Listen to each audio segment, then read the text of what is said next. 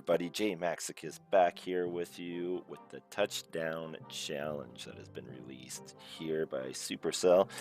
It was a little bit difficult. I didn't really have any clan mates online, so I had to do it with random people, and I had one AFK. But other than that, it went fairly well.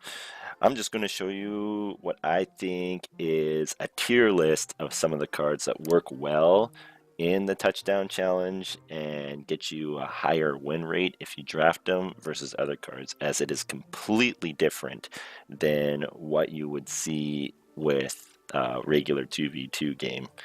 So we'll just quickly open the chest here and see what we get. All right, nothing too special here. Rocket maybe if I wanted to build a, log bait kind of deck. And let's see what we get from the 6. We get 600 coin. That's pretty nice. Zap, Inferno Tower, and Spirit Golem. So nothing too special. I'm just more interested in the gold. But yeah, I will show you some replays and break down some of the cards I think are really good in this mode, and some that you should avoid probably at all costs. And that will help you to get those 6 wins in the touchdown challenge. There are 3 cards that I believe you should avoid when doing the touchdown mode. One of those being Heal. Heal just takes a while to ramp up, so it's not as good in this mode. And I feel like Freeze is a lot better of an alternative if you could take Freeze. I feel Freeze is actually pretty good in this format. The other one being Three Musketeers. Three Musketeers is hard in this mode because you can't split them like you can in Arena. When you can split them, you can reduce the chance of getting them all 3 killed for a positive elixir trade. They usually have to like fireball one side, and even then they still have a little bit of health while the other side is completely healthy.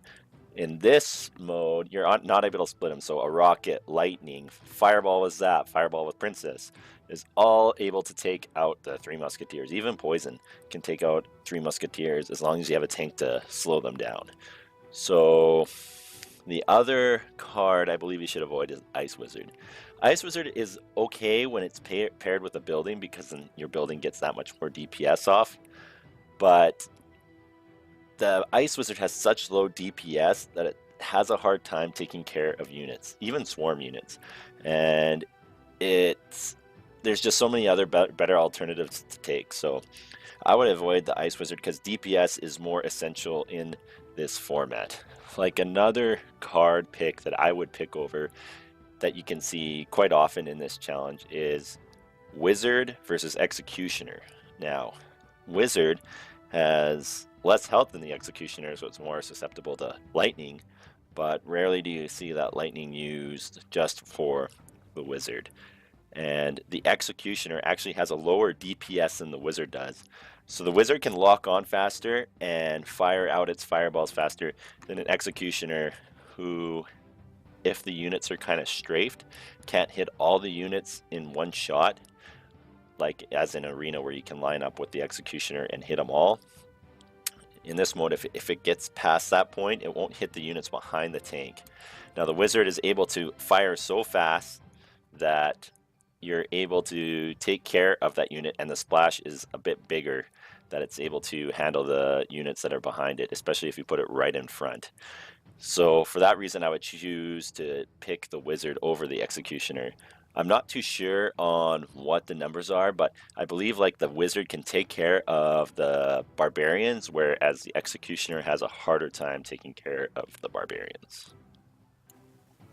So what we're going to talk about now is the meat and potatoes of your draft. Basically what your win condition is going to be to push you over that line in order to get the touchdowns. And the win conditions are units that don't interact with other units except for buildings. So buildings are the only thing they interact with.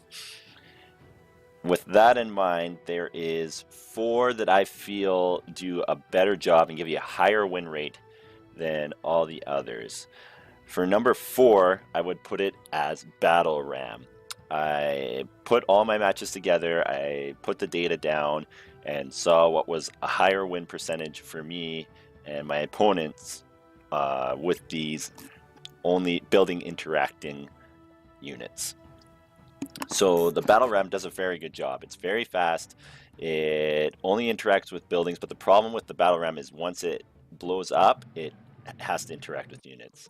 And the reason why it does a better job than units such as Giant is because of its speed. The speed is what helps it able to push, and it's a cheaper elixir, so you can push it away from where you're defending on one side and put it on the other side, or you can put it with your defending push once you've successfully defended somebody. The third best unit is really close with the second best unit, I feel like, and that would be the Golem. The Golem is really good because there are hard counters for the Golem, such as Inferno Tower and Inferno Dragon. These counters can also be countered themselves, though, with like an Electro Wizard, a Zap, a Lightning, things like these. If an Inferno Tower goes onto a Golem and nukes the Golem down, it still is able to split into Golemites. And those Golemites are going to be very close to the touchdown zone.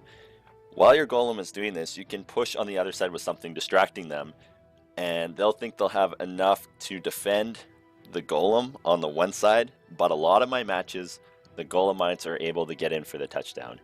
Especially if they plant a building too close to their touchdown zone and the Golem split, they have that much less time to work with trying to deal with those Golemites.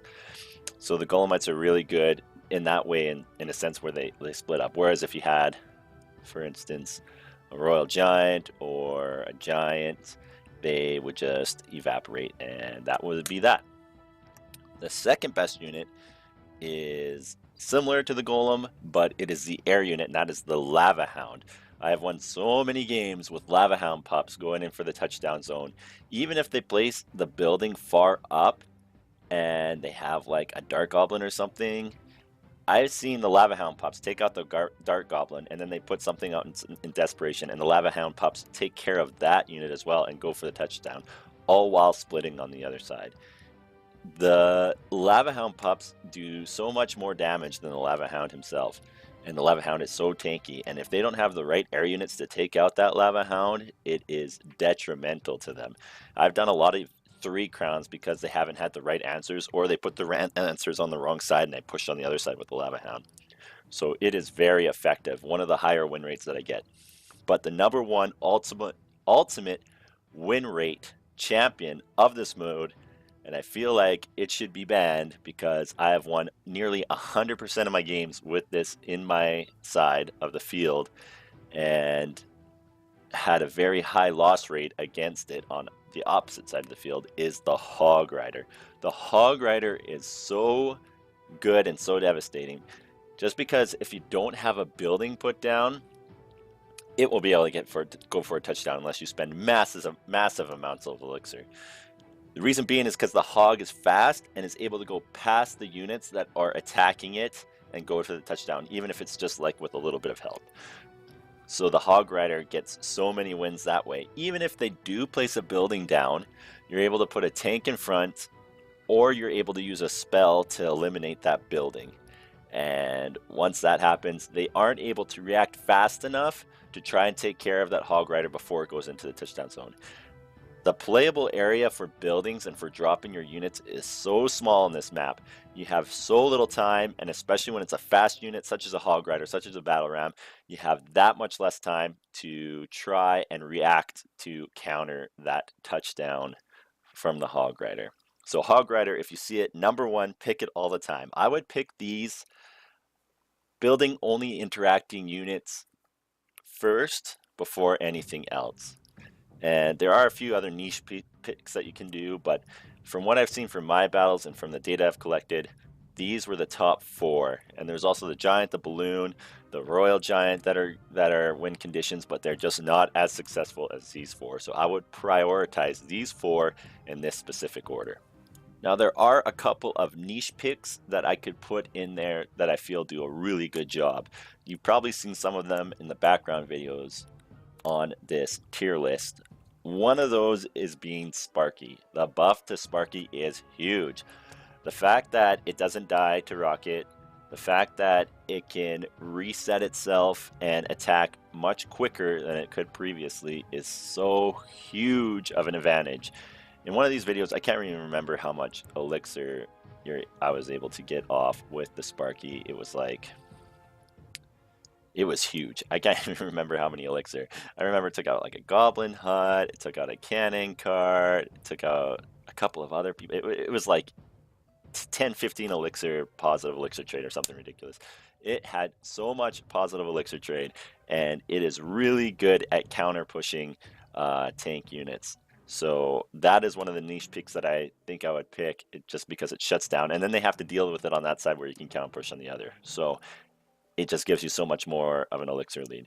The second niche unit that I would pick would be the